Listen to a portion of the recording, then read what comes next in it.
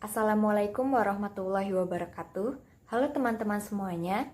Pada video kali ini kita akan membahas materi tentang dasar yuridis, kedudukan, dan fungsi bahasa Indonesia oleh kelompok 2 yang beranggotakan Yusi Muhammad Sodri, Rina Widiawati, Rahmailina Sekarwangi, Aditana Surya Pratama, Ahmad Hussein, dan Nirima Ramadhani.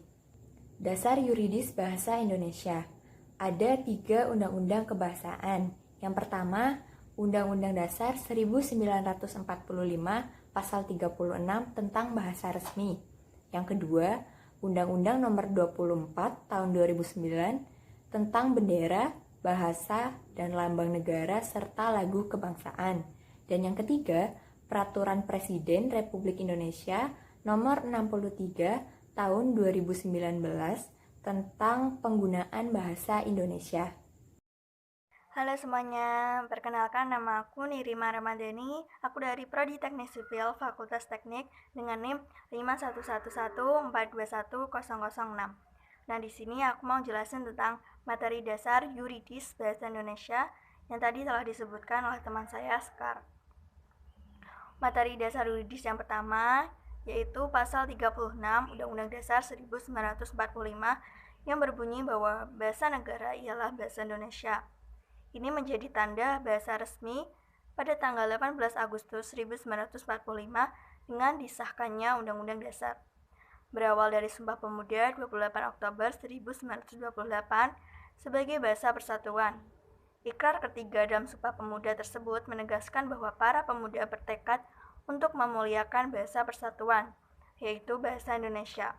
Pernyataan itu tidak saja merupakan pengakuan berbahasa satu, tetapi merupakan pernyataan tekad kebahasaan yang menyatakan bahwa kita, bangsa Indonesia, menjunjung tinggi bahasa persatuan, yaitu bahasa Indonesia. Untuk selanjutnya yaitu Undang-Undang Nomor 24 Tahun 2009 Pasal tentang Bahasa, yaitu pasal 26 sampai pasal 44. Pasal 26 sampai 40 ini mengatur tentang aturan penggunaan bahasa Indonesia. Pasal 26 berbunyi bahwa bahasa Indonesia wajib digunakan dalam peraturan perundang-undangan. Itu adalah salah satu bunyi dari pasal 26 sampai 40. Untuk selanjutnya yaitu pasal 41 sampai 43 tentang pembinaan bahasa Indonesia, dan terakhir pasal 44 tentang peningkatan fungsi bahasa Indonesia menjadi bahasa internasional. Untuk materi selanjutnya akan dijelaskan oleh teman saya. Terima kasih. Sebelumnya, memperkenalkan kembali, nama saya Ahmad Hussein dengan NIM 4211 421009. Nah, untuk selanjutnya di sini ada Perpres 63 tahun 2019 dengan 4 bab, 44 pasal, dan 15 bagian. Nah, 15 bagian adalah inti dari aturan ketentuan penggunaan bahasa Indonesia. Yang pertama, yaitu umum. Nah, yang kedua, peraturan perundang-undangan. Yang ketiga, dokumen resmi negara. Yang keempat, pidato resmi presiden, wakil presiden, dan pejabat negara yang lainnya. Yang kelima, bahasa pengantar dalam pendidikan nasional. Yang keenam, pelayanan administrasi publik di instansi pemerintahan. Yang ketujuh, nota kesepahaman atau perjanjian. Yang kedelapan, forum yang bersifat nasional atau forum yang bersifat internasional di Indonesia. Nah, untuk yang ke-9, komunikasi resmi di lingkungan kerja pemerintah dan swasta. Yang ke-10, laporan setiap lembaga atau perseorangan kepada instansi pemerintah. Selanjutnya, penulisan karya ilmiah dan publikasi karya ilmiah di Indonesia. Yang ke-12, penamaan geografi, bangunan atau gedung, jalan, apartemen atau permukiman, perkantoran, kompleks, perdagangan, merek dagang, lembaga usaha, lembaga pendidikan, organisasi yang didirikan atau dimiliki warga negara Indonesia atau badan hukum Indonesia. Yang ke-13, informasi tentang produk atau jasa. Yang ke-14, rambu umum, petunjuk jalan, fasilitas umum, spanduk, dan alat informasi lain. Yang ke-15, informasi melalui media massa.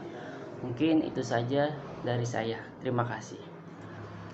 Di sini saya Rina Widiawati akan menjelaskan tentang kedudukan bahasa Indonesia. Kedudukan bahasa Indonesia terbagi menjadi dua, yaitu bahasa Indonesia sebagai bahasa nasional dan bahasa Indonesia sebagai bahasa negara. Bahasa Indonesia sebagai bahasa nasional yaitu sebagai bahasa persatuan atau bahasa komunikasi. Sedangkan bahasa Indonesia sebagai bahasa negara yaitu sebagai bahasa resmi. Selanjutnya, fungsi bahasa Indonesia. Menurut Keraf 1997, bahasa memiliki fungsi-fungsi tertentu yang digunakan berdasarkan kebutuhan seseorang, yakni sebagai alat untuk mengekspresikan diri, sebagai alat untuk berkomunikasi, sebagai alat untuk mengadakan integrasi dan beradaptasi sosial dalam lingkungan atau situasi tertentu, dan alat untuk melakukan kontrol sosial. Untuk materi selanjutnya akan dijelaskan oleh teman saya.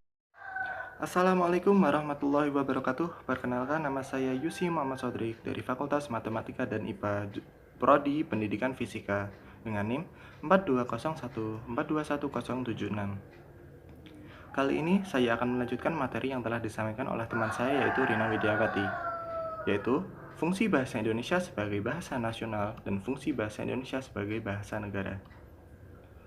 Fungsi bahasa Indonesia sebagai bahasa nasional yang pertama adalah sebagai lambang kebanggaan nasional.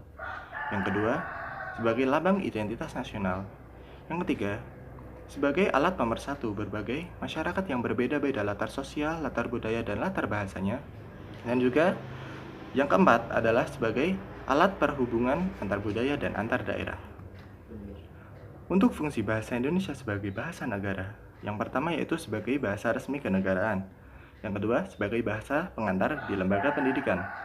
Yang ketiga, sebagai bahasa resmi dalam perhubungan tingkat nasional dalam pembangunan dan pemerintahan. Yang keempat, sebagai bahasa resmi dalam pengembangan kebudayaan nasional dan ilmu pengetahuan serta teknologi. Demikian materi yang saya sampaikan. Materi selanjutnya akan disampaikan oleh teman saya, Aditya Yana Surya. Terima kasih. Sebelumnya salam sejahtera untuk kita semua. Perkenalkan, nama saya Aditya Yana Surya Pratama. Saya dari Prodi Fisika Murni, Fakultas Matematika IPA. Dengan nomor induk mahasiswa 421421003. Di sini saya akan melanjutkan pembahasan materi yang telah disampaikan teman saya, yaitu tentang perbedaan bahasa Indonesia sebagai bahasa nasional dan bahasa negara. Yang pertama, dari segi wujudnya. Sebenarnya bahasa nasional dan bahasa negara wujudnya sama, akan tetapi secara lisan bahasa nasional lebih variatif karena dipengaruhi oleh bahasa yang digunakan sehari-hari seperti bahasa daerah. Dari proses terbentuknya pun bahasa nasional dibentuk karena Sumpah Pemuda, sedangkan bahasa negara karena pengesahan Undang-Undang 1945 pasal 36. Yang terakhir, dari segi fungsinya, bahasa nasional berfungsi sebagai bahasa keseharian untuk berkomunikasi, sedangkan bahasa negara dikhususkan pada hal-hal yang sifatnya resmi. Untuk slide selanjutnya, ada beberapa daftar pusaka yang kita cantumkan untuk referensi dalam pembuatan PowerPoint ini. Demikian presentasi yang dapat kami sampaikan dari kelompok 2. Kurang lebihnya saya mohon maaf. Kami pamit undur diri. Salam sejahtera untuk kita semua. Terima kasih.